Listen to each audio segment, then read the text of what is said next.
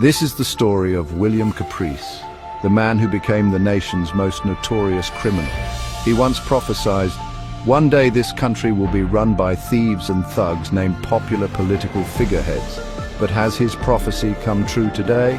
Is the Papua New Guinea government run through devious political schemes and scams deeply planned and executed to benefit a few people? Is there a mafia-styled gang infiltrating the government and government agencies? Any politicians also going to up. This man William Lee above from this triple minister of Mikolin. Because some man can back themselves. Now this government now stop. I'm bagarab next. Ogres the diplomat da porque Manila. Hey. By this state by Asians so kuti by criminal by watrons la government. Welcome back to mini-documentary crime series, William Kapris's Life of Crime. This story has twists and turns that will keep you wanting more. Early life. Born on December 15, 1980 in West New Britain province, William Kapris's early life gave little hint of the criminal path he would later walk. Raised by his stepfather, Paul Kapris, William's childhood seemed unremarkable. He attended Buvusi Primary School and later Kimbe High School, now Kimbe Secondary School, where he was known as a bright, albeit troubled, student. Kapris took his first steps into the criminal underworld at the tender age of 17. In 1997, he was arrested for shooting Detective Sergeant Jerry Frank and gang-raping a teenage girl in Kimbe. The court sentenced him to 20 years for attempted murder and 5 years for rape at Lakimata prison, marking the beginning of a life punctuated by crime and chaos. Imprisonment did little to deter Kapris. In 2001, he masterminded his first prison break from Lakimata, evading capture and setting the stage for a series of daring escapes that would cement his reputation. Escalating crimes. Kapris's criminal activities escalated rapidly. In a bold move, he abducted a couple in 2001, demanding ransom and attempting to rob the West New Britain governor. These brazen acts showcased his growing audacity and set the tone for his future exploits. On February 14, 2007, William Kapris led an armed robbery at the metals refining gold refinery in Gordons, Port Moresby. He and his accomplices stole 78,000 kina in cash and gold bars worth 2,060,115.56 kina, making it one of the largest heists in PNG's history. Despite his central role, the judge indicated that it was an insider's job, and Kapris was not the mastermind behind the meticulously planned robbery, which led to his lesser sentence of 5 years in jail. In May 2008, Kapris was involved in a robbery at the Bank South Pacific, BSP Karima sub-branch. During this robbery, he and his accomplices stole 220,000 kina in cash. This robbery led to the temporary closure of the BSP Karima sub-branch. One of the women who was involved in the bank robberies was Tamara player Tom Skull. Kelly Walebo, Tamara Tom Skull player. Tamara Tom Skull player na Tamara to sa sud belum mililing no samla side.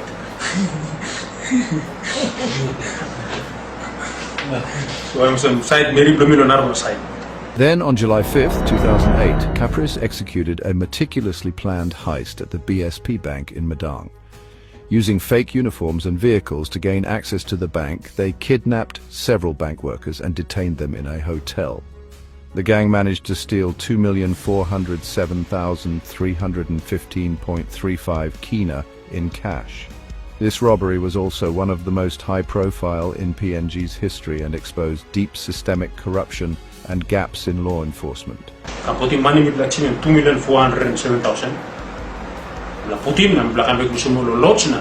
Seblong Patrick M300, seblong Tommy Aimo M300.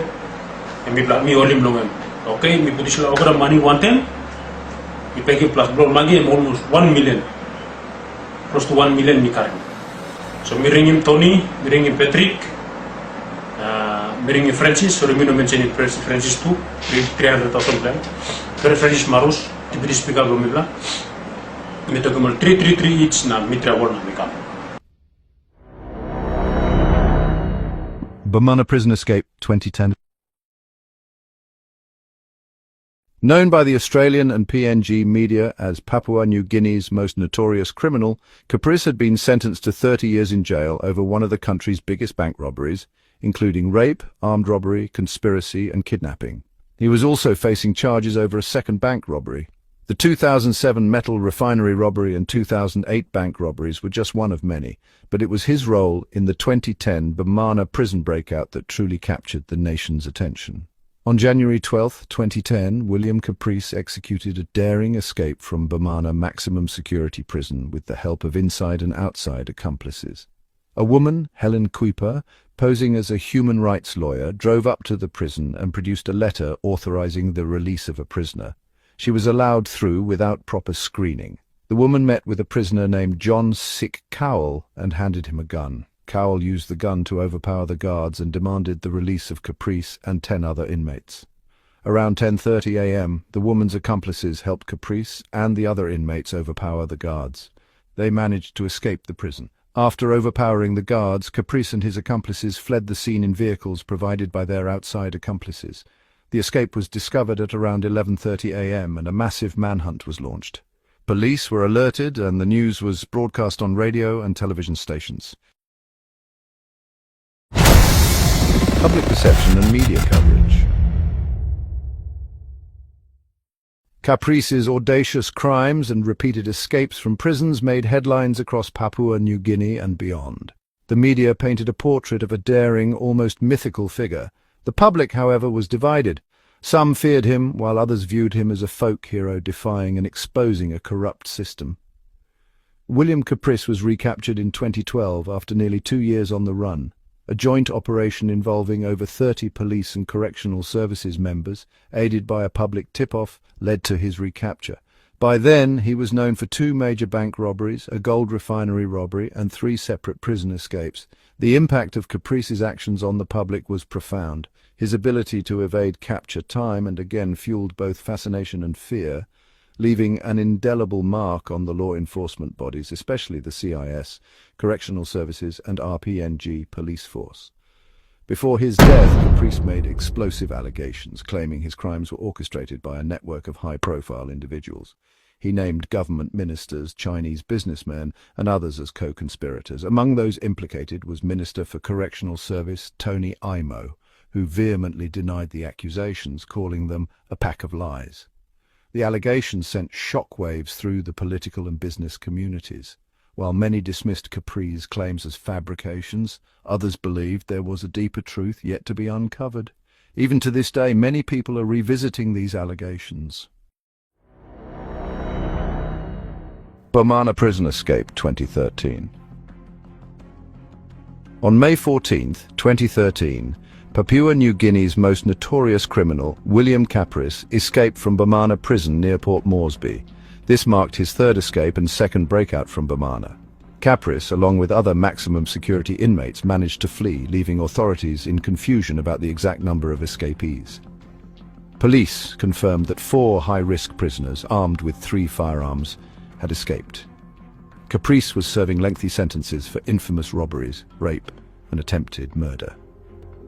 The bounty on William Kapris was 100,000 kina, approximately $35,000. This substantial reward was offered for information leading to his capture, reflecting the high priority placed on apprehending him. William Kapris was in hiding for nearly 3 months after he escaped from Bamana prison. The nation held its breath as a massive manhunt unfolded, culminating in a deadly confrontation on July 22nd. In a hail of bullets, Kapris met his end, bringing his tumultuous life to a dramatic close.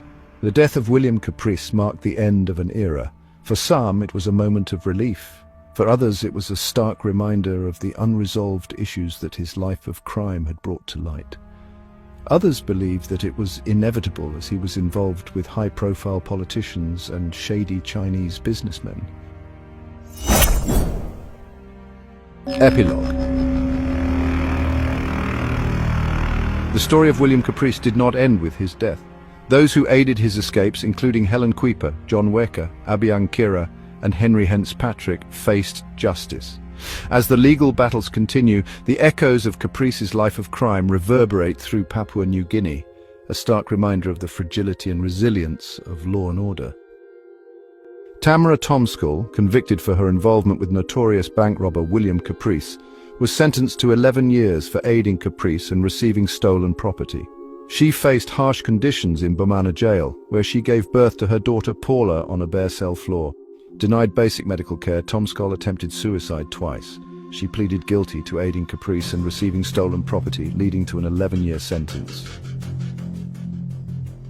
In 2017, former police officer Philip Pokop was charged with the willful murder and unlawful killing of William Kapris and his accomplice Raphael Walimini. Pokop, who had left the police force 2 years prior, was arrested in connection with the shooting on July 22, 2013. The case raised significant controversy, with allegations that Kapris and Walimini had surrendered before being shot. The investigation into their deaths led to further scrutiny and legal actions against other officers involved. The money is 2,407,000. La Putin and Black and Kusumo same time, we travel long. Meeting long. Friday, Saturday, we come down, Saturday night.